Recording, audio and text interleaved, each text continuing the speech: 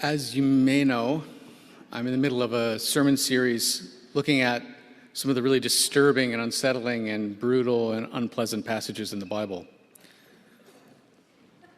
The idea is that we ignore these things and they become monsters under the bed of our faith, and we need to just look at them and talk about them. But we're not doing that this morning, because what we're doing is celebrating the advent of Pastor Andrea. And it seems like monsters under the bed is not quite the tone.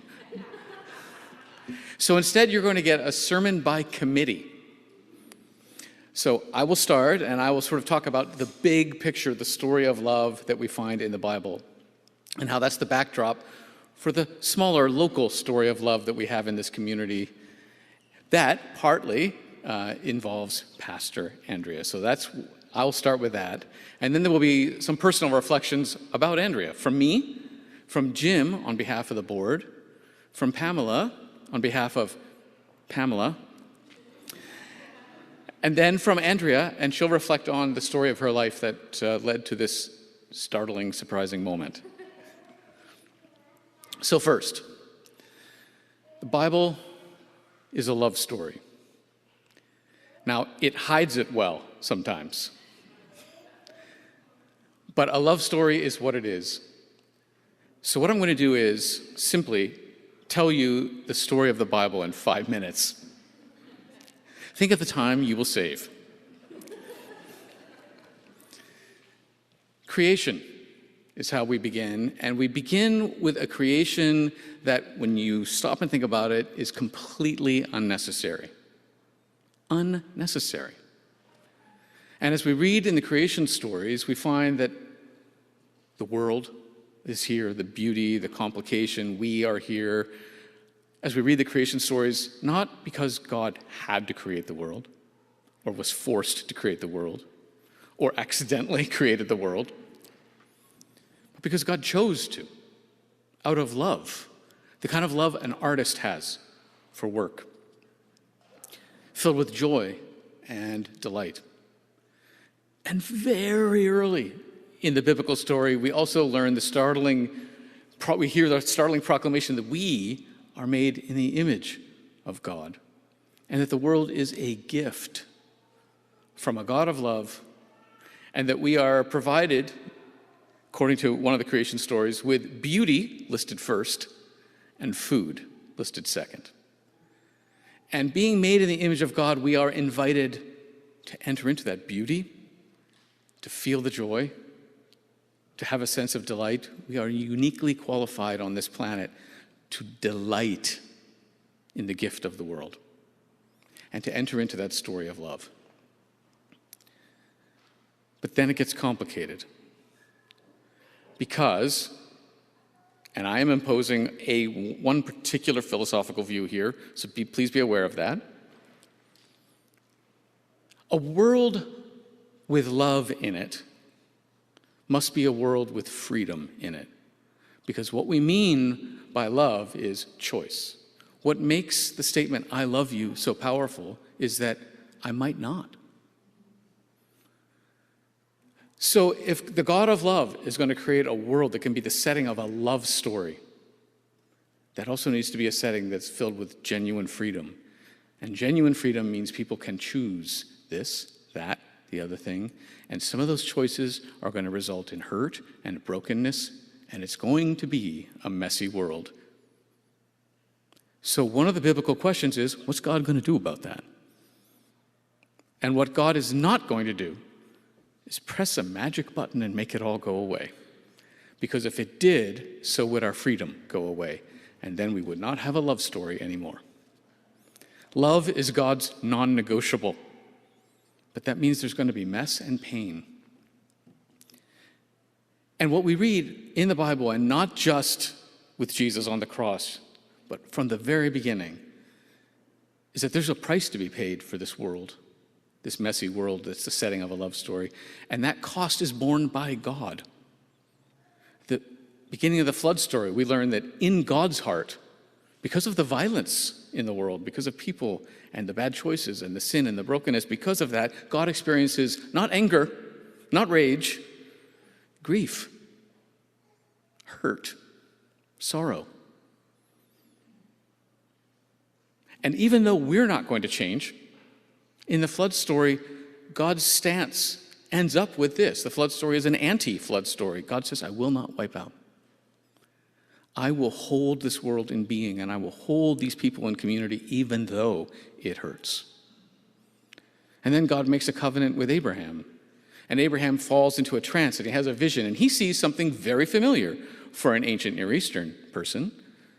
When you make a covenant, you walk through a blood path. You sacrifice animals, and you put the halves on either side, and you make a path, and there's blood in there, and you walk down it, and we say, ew. But they said, this is a covenant. And the idea was each party would walk down that blood path together, and the idea was this: we are now, because of this covenant, as one, like these animals were. And if we break this covenant, we will be torn apart like these animals are. That was all very familiar to Abraham, as foreign as it might be to us. But what he saw was not familiar, because only God walked the blood path. Only God. So right away, early in the Bible, we have this hint that when this covenant is broken, and it is over and over again in the Old Testament, it is God who will bear the burden. God who will experience the grief and the pain. It is God, and we can look back on this now with the perspective of the cross, who will be ripped apart. So it's a love story, but it's an honest one. We all know that long-term love stories have ups and downs and twists and turns and joy and hurt. And so does the biblical story. It's a real one. Over and over again, the Israelites mess it up.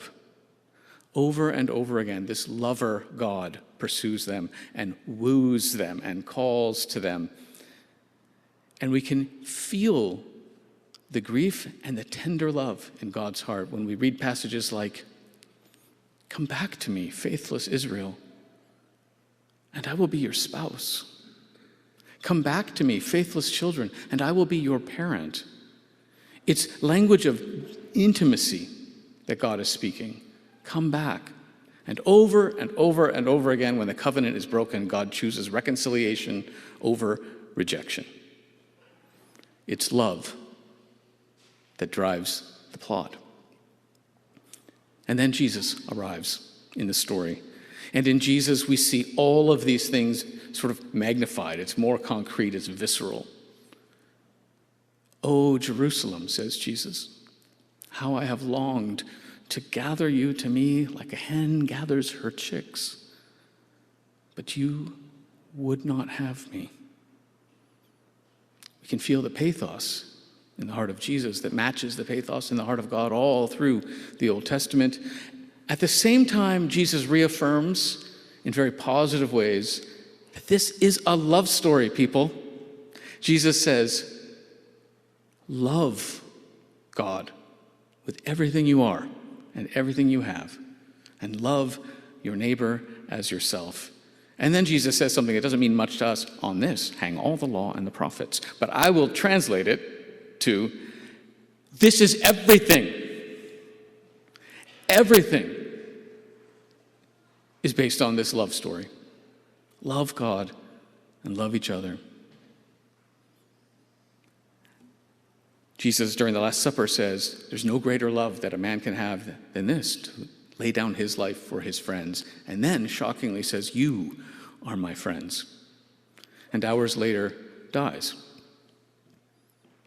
But that's not the end of the story.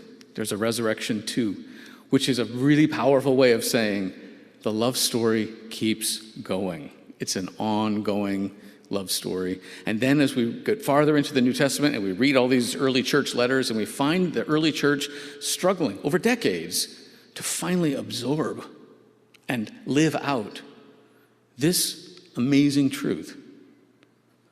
God doesn't care about our categories. Over and over again we read, in God's eyes, there's no such, it doesn't matter male or female.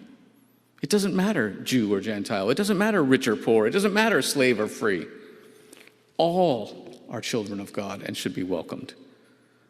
All are made in the image of God. And by the time we get to the end of the Bible, we're back where we started. All are made in the image of God. But by the time we get to the end, a lot has happened in this love story.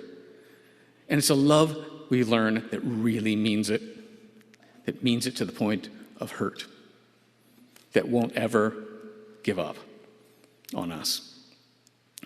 I like to think of you're all made in the image of God at the beginning of the Bible in Genesis as something like a simple melody in a major key.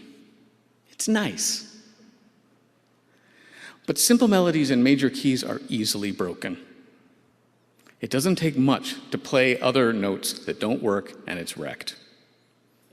But by the time we get to the end, it's like that same musical idea has now been set in something like a minor key with a lot of dissonance. And it doesn't matter what you throw at this. It gets absorbed into the music, and it becomes beautiful, and the music becomes even richer and deeper. That's where we are when we get to the end of the love story that is the Bible. It's an honest, real, rich, deep, beautiful, sometimes melancholy love story. Which brings us here. That is the setting for our story together as a community. And that's what we are trying to remind ourselves about every week, to live out every day. And we come to this moment where, this particular moment in time, we have said to Andrea, yes, you are our pastor. And I just want to say how much more meaningful this is than when you said yes to me 3 years ago. And here's why. There was a search committee, I had a couple of interviews, I came and did a song and dance, one sermon. And you all said, yeah, I guess. You didn't know me. You didn't know me. Some of you knew me in other settings, but not as a pastor. And the label pastor just landed on me, and I start standing up here talking. But it's so different with Andrea. She's not some bright, shiny object in the distance that you pin all your hopes and dreams onto.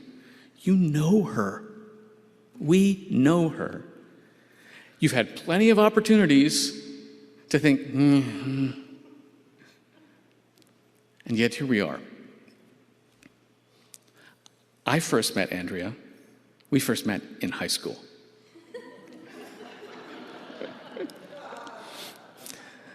I was her teacher. She was a grade 11 math student.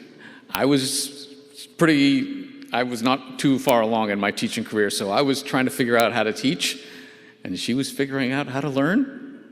We were a pretty good team. There's no way you could have convinced either one of us that this would be happening. No way. I would have laughed at you with the idea of any one of us being a pastor, right? And then, 3 years ago, I joined the team, and Andrea was already here. She got here before I did. And this person that I taught in that classroom was now the person welcoming me into this community. And it did not take long for me to realize, oh, she's so much wiser than I am. In so many ways, she has shown me how to ask, what can I learn from this? What can I learn from the discomfort that I'm feeling? This person with whom I'm interacting, what do they need? I can tell you that Andrea believes so deeply that we are all made in the image of God. She wants nothing more than to help you and me understand and feel the love of God and live it out as we love our neighbors as ourselves. She cares about it deeply. So not only, Andrea, am I glad that the congregation has said, you are our pastor, I'm glad that you're my pastor.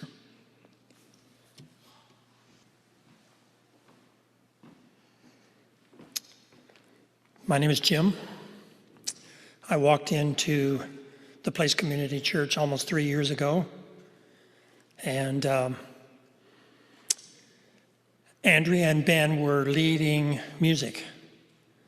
So after the service, I walked up to, I wanted to talk to both of them, but Ben was busy talking to somebody, but Andrea was just wrapping up wires. And I said, really, Andrea, I really appreciated the music. Hadn't been in church for almost 8 months. The following Sunday, my wife and Audrey and I walked back in, and Andrea wasn't doing music that day, but she was walking around in the back. So she and I started to chat. And in our chatting, I asked her what she did for the church, because the week before she said she'd worked at the church, so I wanted to know what she was doing. Well, in amongst the chatting, somewhere in that conversation of about 4 or 5 minutes, Andrea said, at some point in the future, I would like to be a pastor of the Place Community Church. A pastor. Sometime in the future. Well, guess what? The future is now. Andrea, I can't say much more than what Paul has already said, but I personally appreciate everything that you do here. The board is supportive of you becoming a pastor. In fact, we had to approve that and present it to the congregation. The congregation approved you. So on behalf of the board, welcome to the pastorship of the Place Community Church. God bless everything that you do.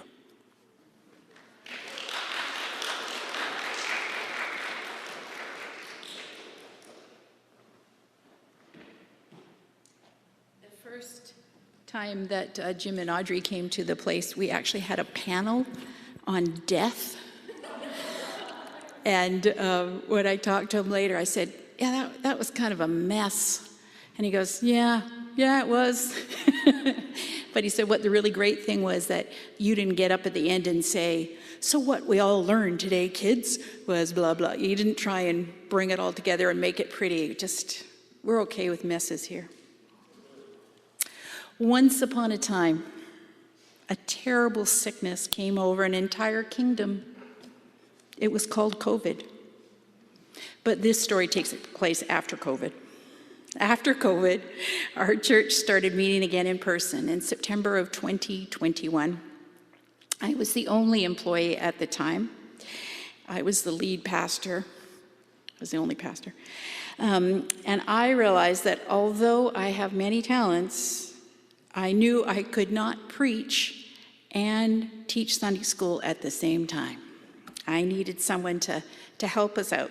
So I set out to hire somebody to help with the Sunday school, and God brought us Andrea. God is good all the time. As Andrea did this 5-hour-a-week job so competently, it became obvious to me that Andrea had talents even beyond organizing volunteers for Sunday school. It came to me and Paul that maybe God was calling her to even more. It came to Paul Teal and I that maybe God was calling Andrea to dun dun dun. The ministry. Andrea has this innate ability to bring order to chaos.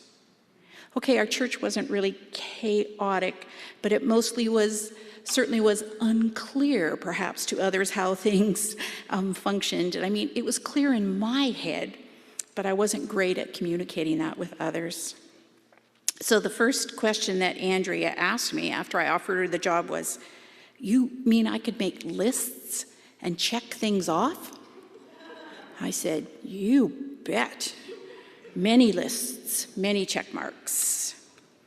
Andrea has this incredible, as I said, God-given ability to create and implement systems that bring order and peace to our little community, and perhaps beyond our community. God knows. I think the following analogy describes my relationship with Andrea best. It is said that in almost every marriage, in almost every relationship, like my and Andrea's relationship, each person has their own particular way of loading the dishwasher. In almost every couple, there is one person who loads the dishwasher like a Scandinavian architect. The other person in the couple loads the dishwasher like a raccoon on meth. I'll let you guess which one of us is which. Thank you, Lord Jesus, for our Scandinavian architect, Andrea. Thank you for Paul and Andrea, the incredibly gifted and spiritually rich people I get to work with. Congratulations, Andrea. God has already blessed us richly by sending you to us.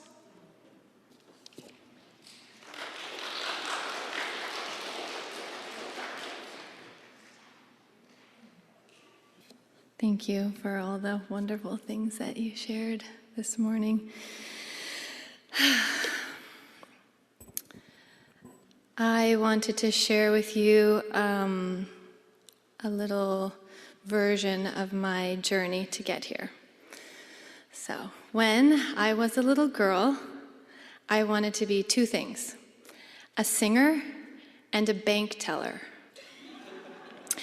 Now, wanting to be a bank teller might sound like I wanted to make money or work with money, but really, I just wanted to use the stamps. I loved those carbon copy forms the tellers would write on, how the writing would press onto the next page, and then you'd tear it off and you'd hand it to the customer. I loved pressing buttons, and especially keyboard buttons, so I thought, bank teller made sense. But it wasn't lost on me that it was a little strange to want to be both an artist and an office administrator. It's been tricky for me over the years to figure out what I'm really supposed to do with my life. What I did know, even from a young age, was that I wanted to get married, have a lifelong partnership. I knew I wanted to have kids and be a mom. I wanted rich relationships, deep friendships, and strong family connections. But as far as a job, I wasn't so sure. I've had lots of different jobs over the years. None of them ever felt like they checked all the boxes. My faith was always really important to me. I grew up Christian, as you all know, and in my mid-20s, I attended a ministry leadership school in Toronto for 2 years. During that time, I thought about becoming a worship pastor or a spiritual counselor, but after those 2 years, I realized that working in the church wasn't for me. I wanted to be in the world. I wanted to connect with all sorts of people, to hear their stories, and experience life more fully. Honestly, at the time, church started to feel a little bit like a club that had all the right answers, and I grew uncomfortable with that mindset. So I thought, okay, that chapter is part of my past. I'll find something else to do, maybe even something else to believe. It wasn't until about 10 years later that I began to see how all of this actually was working together toward a bigger purpose. When I came home from Toronto, I talked with some friends about the direction I should go. With the help of my career and life coach, Chelsea Shalafor, I enrolled in college for business administration. I thought, I'll use my administrative skills for work and save my creativity for my free time. So I plugged away at school for many, many, many years, part-time. I think it took me over 10 years to complete. And during that time, I worked various part-time jobs, got married, had my kids, joined a band, played music locally. I thought I'd find meaning and purpose through my relationships and hobbies. Then in 2021, I finally completed my BBA in Human Resources and Leadership.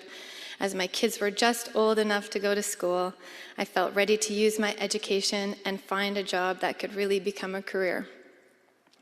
I was hired part-time as an administrative assistant in an investment firm. Lots of buttons and office supplies to play with there. And honestly, it felt great. I even started imagining what it might look like to move up in the company and maybe even become a financial advisor. Around the same time, Ben and I had been attending the place for about a year. We were in Pamela's living room during doing music for a live Zoom service during COVID. When the Zoom service was over, Pamela asked me to consider a paid position at the place, doing children's ministry for 5 hours a week. She said she thought I'd be good at this role because, and I quote, "Your house is always so clean and tidy when I come over." Turns out a clean house is an applied skill you can put on your resume. So that was the beginning of my staff position at the place. It was just Pamela and me for a little while, and then Paul joined us. It was about a year into my role at the place when Pamela, Paul, and I attended the online Evolving Faith Conference. It was so inspiring to see so many progressive Christian leaders in one conference, leaders asking the hard questions, deconstructing their faith, and opening up to who God might be in a new and bigger way. My heart came alive. I thought, that's what I want to do. That's what I want to be a part of. And I kind of sheepishly said to Pamela in our meeting next week, "Pamela, I think I might want to be a pastor one day." And she leaned back in her chair and she smiled and said, "God has been saying the exact same thing to me. God is calling you to this." When she said that, I felt this deep peace. For the first time, I thought, yes, this is what I want to do with my life. I had never felt that kind of clarity before, other than becoming a mom, creating a home, making meals, loving my people. For the first time, I felt like I knew where I fit in the bigger story. Since then, it's been this slow, beautiful journey, loving what I do here at the church, growing into new responsibilities, and watching my role evolve into ministry and resource coordinator. That was a mouthful. And now, standing here today, being conferred the title of pastor, it truly feels like a dream come true. A dream I didn't even know that I had. I shared with Paul and Pamela after quitting my admin job this past spring. I said it feels like little Andrea finally got permission to go into her room and play. And so I go into my room, I sit down at my desk, and I type on my keyboard, and I answer the phone, and I sing, and I create, and I dream, and I do all this with like amazing people in mind. And that's what I get to do. I get to do that as my job. I get to be organized and administrative, which are definitely strengths of mine, but I also get to be relational and creative and musical and connected. It feels like the perfect combination of who I am and what I was made to do. And so I'm deeply humbled. When I think about the kind of leader I want to be, I think about how I can best serve this congregation. And for me, that means continuing to seek, to wrestle, to ask the hard questions, and to show up as myself, honestly and with integrity. I don't have all the answers. I don't know the ultimate truth of who or what or why or how, but I do know this. God is working in me, and God is working in us, revealing themselves. I can feel it, and I can see it. And I know deep down that I am pursued and loved by this constant, steady force that is always coming for us with love and acceptance. My prayer for myself and for all of you is that we keep recognizing that love, that we take a moment to turn our attention towards it, because God is always after us, ready to completely envelop us. I am so privileged and grateful to be here serving you all in this community as your pastor. And I'm incredibly lucky to be doing this alongside Pamela and Paul, who are, without exaggeration, the most hilarious, wise, humble, and authentic leaders I know. Thank you both for your constant encouragement and for treating me like part of the team from the very beginning. And I can't very well start thanking people without recognizing my biggest fan, the one who I actually shared this dream the first with, because I knew that he would share my joy, sorry, and encourage me every step of the way.